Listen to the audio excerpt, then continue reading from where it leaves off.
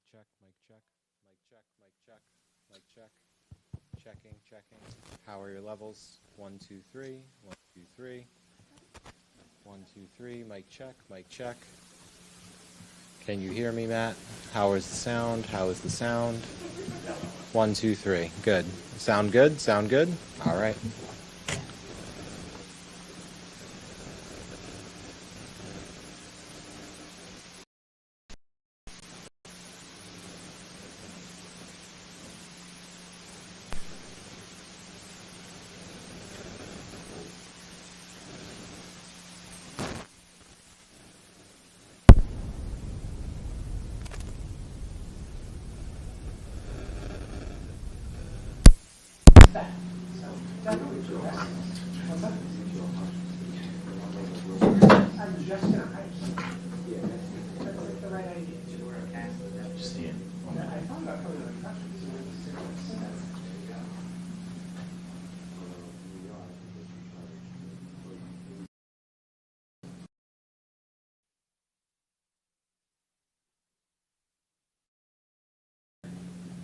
Soiree extra free, which I then had to cancel. Very good. They're waiting 1 second. Yeah, I'm here.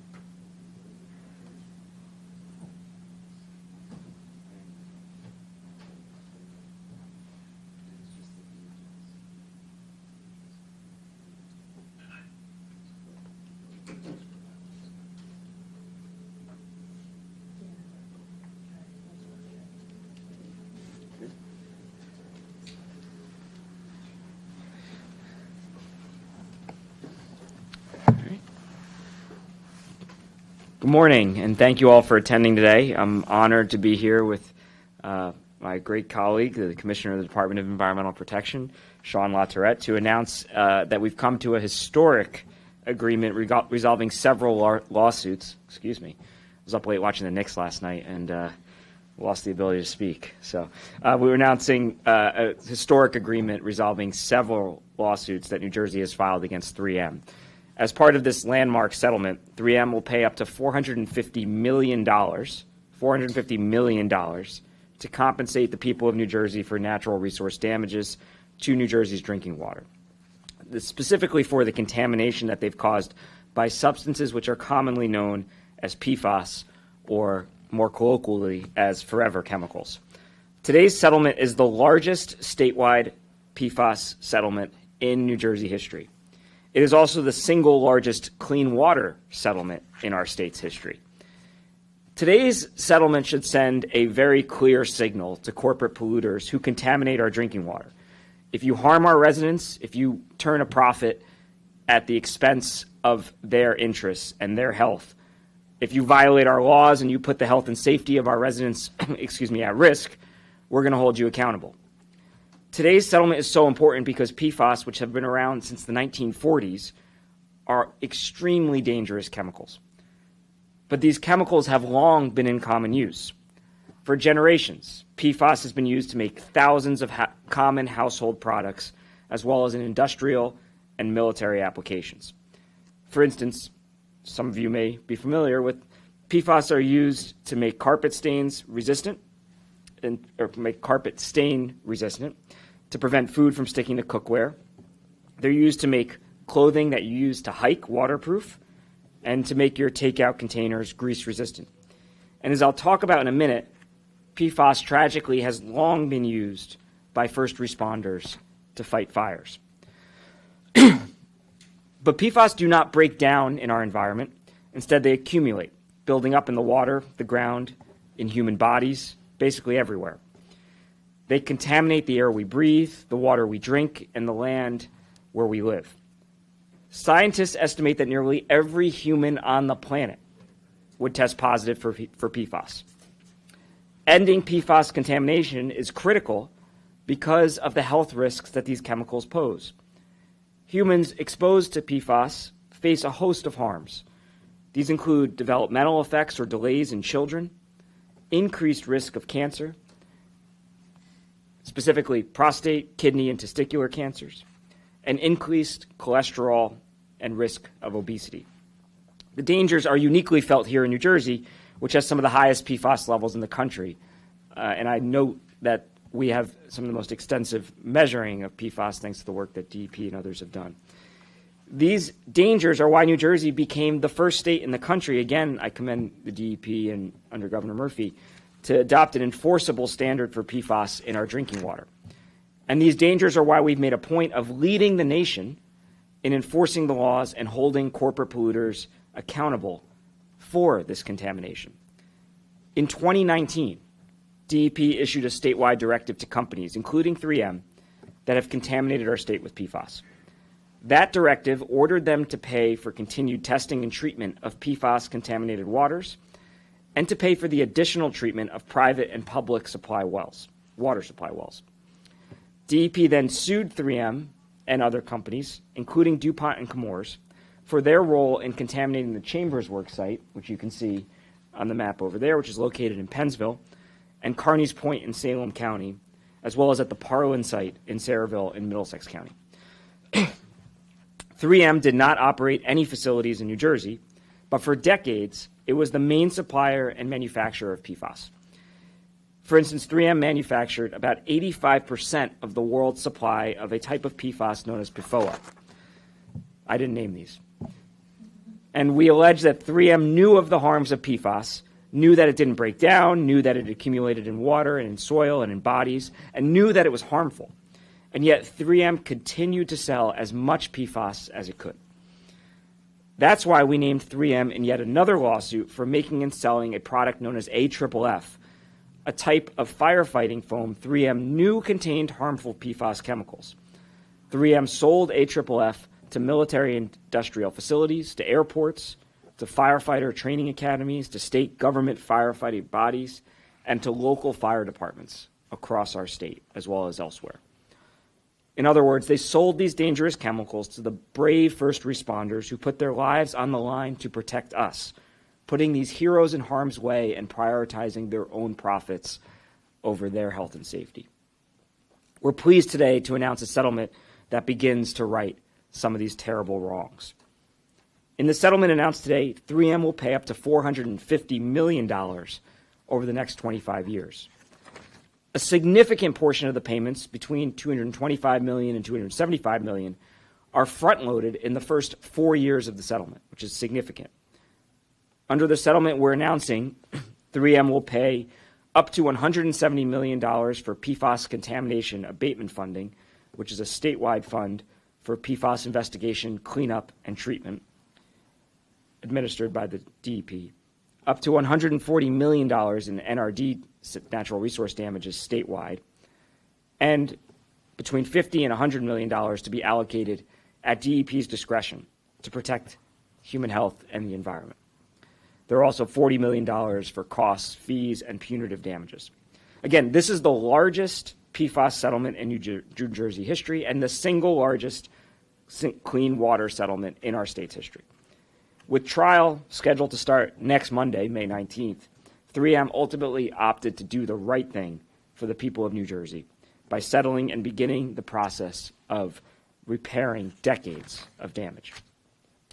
This landmark settlement will provide a measure of accountability for 3M's role in contributing to PFAS contamination here in New Jersey. But we know that our work is far from done. While 3M will not have to go to trial on Monday, the other defendants in the case, including DuPont and Chemours, have not reached an agreement with New Jersey. The case against these defendants will proceed to trial on Monday, starting with the harm caused at the Chambers Works site in Pennsville and Carneys Point. It will be the first trial in the country for environmental PFAS liability to a state, and I'm very proud of the work that we have done in our department and in the DEP and with our outside counsel to bring these significant cases, the one we're settling today and the one that we'll be trying next week, putting New Jersey clearly at the front of the line when it comes to remediating harms related to these forever chemicals. So make no mistake, we're going to pursue accountability against anyone and everyone who had a role in contaminating our state with PFAS, polluting our drinking water, and compromising the health of our residents. Every New Jerseyan deserves to have access to safe drinking water. The people of New Jersey deserve an environment free from dangerous forever chemicals. And with Commissioner LaTourette and the tremendous work being done at the DEP, I pledge to continue to fight to protect our environment. Today's settlement is the latest of the vigorous efforts that my office and the DEP have made to hold corporate polluters accountable while ensuring that they, and not New Jersey taxpayers, bear the cost of cleaning up their mess. The settlement announced today builds off other enforcement actions we've taken that have secured real accountability when corporations contaminate our drinking water and our environment. In 2023, we were together to announce a historic settlement with Solvay Specialty Polymers that committed them to spend almost $400 million to ensure the remediation and contamination of the contamination that they have caused for public resource damages at Solvay's facility in West Deptford in Gloucester County. That settlement was the first of its kind to address PFAS contamination in New Jersey. And today's settlement is a continuation of our commitment to protecting every New Jerseyan from the easily preventable diseases and unnecessary health risks that they've caused. All in all, including the settlement announced today, the state has obtained commitments by corporations to pay about $840 million for contaminating our environment and our drinking water. That number is going to continue to grow, by the way. So let today's historic settlement serve as a reminder and a warning to corporate polluters who have used New Jersey as a dumping ground. You will not escape accountability, and we will pursue every case until we have achieved justice for every New Jerseyan. And I know, again, we're prepared to go to trial. So if you have a case with us, I encourage you to resolve it, because we will and are prepared to try these cases should that come to pass. This reminder, I believe, has never been more important at a time when the federal government, unfortunately, is walking away from this, which affects every community in our country. It doesn't know red states or blue states. PFAS contamination is real in every community across our state and across our country. As I noted, virtually every human in the world would test positive for PFAS. And they're making it easier, rolling back regulations for companies to pollute our drinking water and harm our environment. So at this moment, it is incumbent on us to continue to stand up for our residents, to assert state laws that protect them, that have been in place for decades and that are wildly popular with our residents, because who wants to drink water that is contaminated with PFAS? The answer is nobody. And so that's exactly what we're going to continue to do. Our residents must be able to live free from fear of environmental danger when they have a glass of water or when they use products that they rely upon. And we're going to continue to do that work for the 9.5 million residents who call this great state home. I want to again thank Commissioner LaTourette and his team at the DEP. I also want to thank the Division of Law and the tremendous litigation team that worked very hard for many years, including through the night, looking at timestamps on emails, literally through the night over the last week to get this case done. In particular, I want to thank Deputy Attorneys General Jeff Kozier, Rick Engel, and Gwen Farley, Environmental Enforcement and Environmental Justice Chief Gary Wolf, and Assistant Section Chief Thomas Lehan, Deputy Directors Sarah Gregory of the Affirmative Civil Enforcement Practice Group and Paul Stofa of the Environmental and Clean Energy Practice Group, newly formed. We have actually formed a new practice group during the pendency of this litigation. Thank you, Paul, for your work. Division of Law Director Mike Walters and our outside counsel as well, who have worked really hard at Bill Jackson and his team at Kelly Dry.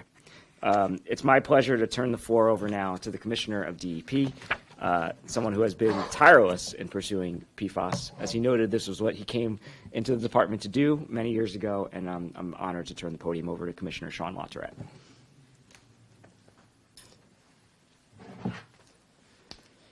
First of all, thank you, General, and to the attorneys of the Division of Law and to our outside counsel, Bill Jackson, David Reap, and their team at Kelly Dry, who have supported us throughout these cases, because it does indeed take a village to protect New Jersey from chemical contamination. We thank you so very much. So we've all heard and unfortunately lived stories like this before. Chemical manufacture creates new wonder that will make our busy and complicated lives a bit more convenient. The eggs don't stick to the pan, the couch won't stain, the water will just sheet right off of your jacket. It's better living through chemistry. Well, until it isn't. And of course, we begrudge no innovator their creativity or the ability to profit from their ideas and their creations, but we do ask that they innovate safely and with care for the people and the communities and the environment that their products might affect. And we rightfully expect that our innovators, and especially those who make or handle chemicals, will not pollute our air and our land and our water. That they'll do what my grandmother always instilled in me, to leave the place better than we found it. PFAS manufacturers, including 3M, they have not left New Jersey better than they found us. Now, unlike other PFAS manufacturers, 3M has been moving to end PFAS manufacturing over the last 2 decades. But still, the makers of PFAS forever chemicals knew just how poisonous these substances were. And yet they produced and thoughtlessly released them into New Jersey's environment anyway, because the getting was just too good, except for us, who are left to clean up after their mess. Now, as the Attorney General said, this historic settlement marks another step forward toward holding polluters accountable for the dangerous PFAS chemicals that have wrought havoc, especially on our water supplies, but have injured our natural resources and threatened public health well beyond just our water. We find PFAS everywhere in the state of New Jersey, leaching from landfills and even in the soils of distant, remote New Jersey forests that should be pristine. We didn't ask for this, but we surely will hold those who have created this pollution accountable. And in terms of 3M, the damages we recover here in this historic settlement will help to fund our nation-leading PFAS abatement efforts, improving drinking water quality in Salem County and statewide, and restoring injured natural resources that belong to the people of New Jersey who deserve for them to be clean always. The Department of Environmental Protection will continue this important work. We are hardly done. We will continue the work to hold DuPont, Chemours, and their progeny companies accountable. Expect that they come to the table or sit before a judge and jury. Because every single entity that pollutes and damages our environment is damaging every single resident of this state who rely on our natural resources for their health and for their well-being. The people of New Jersey should never be forced to clean up after them. General, again, I thank you. I thank your team in the Office of the Attorney General and the Division of Law and our outside counsel and the great people of the DEP who have made the protection of our environment and public health the cause of their lives. Thanks, Commissioner. I also want to just note a couple people in our office who are very helpful. Christina Brandt-Young, Senior Counsel, Sandeep Iyer, who's been playing multiple roles. Angela Kai will be coming back shortly, and many others. So thank you all, and thanks to the DEP. Thanks to our attorneys in Division of Law. Thanks to Bill and Dave and the team at Kelly Dry, and to everybody else who worked to bring this case, as well as to the residents of the communities across our state who have been affected by it, and to the brave firefighters.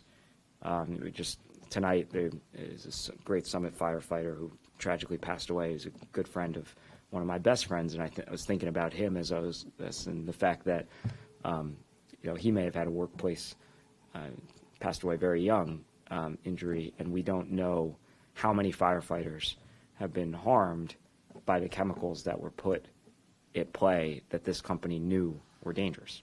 And that's a consistent pattern that we've seen across many of our cases, whether it be our environmental cases, the opioids work that we've done where they deliberately sold harmful products, or social media cases, case we just recently filed against Discord, RealPage, bringing up rents even though they knew that their product was illegally manipulated in the market. Corporate actors, as the commissioner said, are free to innovate and bring new products to the market. What they are not free to do is to hurt the residents of the state, break the laws, and importantly, deceive consumers. There's consumer fraud claims in here as well for the lies that they told to consumers. So I just put everyone on notice. If we've sued you, we're going to hold you accountable. If we haven't sued you yet and you're doing this kind of conduct, we're going to. So let that be a lesson. I thank you all for your work. Any questions? Well, thank you, and Commissioner, thank you again for your great work.